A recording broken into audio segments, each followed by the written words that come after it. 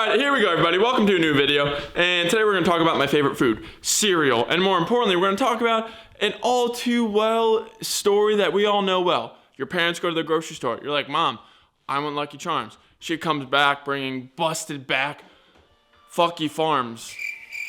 Whatever.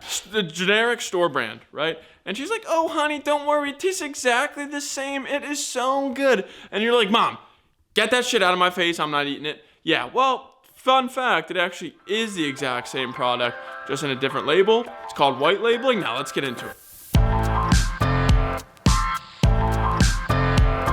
Hear this? This sounds like money. All right, everybody, exciting news. Aisle is now white labelable. White labelable. Definition of white labeling is when a company steals, borrows, pays for the fundamental core product or service of another business.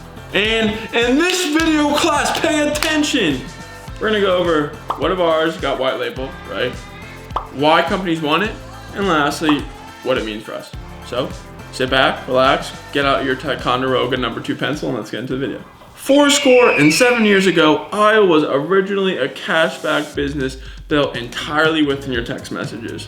Here's a quick explainer on how it works.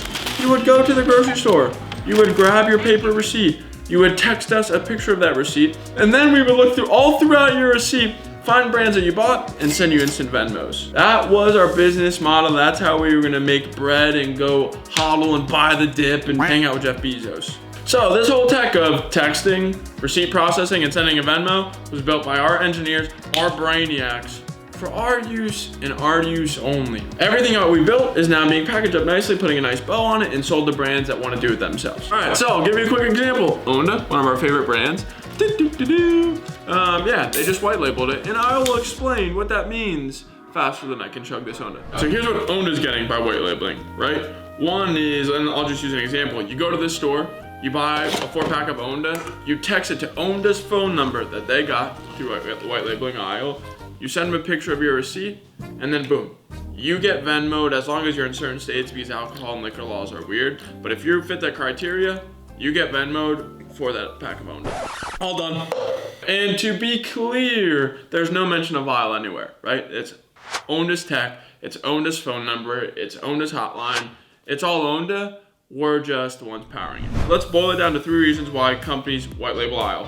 1, they get to pump volume, right? All brands care about is product off shelves. That's how they win. Number 2, they get the customer data. No one has any idea who the in-store shopper is. Yes, there's all these panels and like high-level bullshit, but no one actually has the phone number of the in-store shopper. And then lastly, which is kind of a new one that we're finding, is that brands can control the distribution. They don't have to worry about expiration dates on coupons or retailer-specific programs or anything like that. They get to control it, or they want to put it on social, in store, on packaging, wherever, they get to control it. Why would we give up our hard work of months and months of coding and building to just package it up for brands to use? Pretty simple reason why. I have investors. I have mouths to feed. We gotta make money, right? And we have brands who are willing and able and ready to pay us, and we have 80% of the tech is done, right? So we're being objective, we're going with it, and we're building what people actually want. That's all I got for the rest of this video. I gotta go change my shirt because that Onda got everywhere. But yeah, see you guys later. Peace.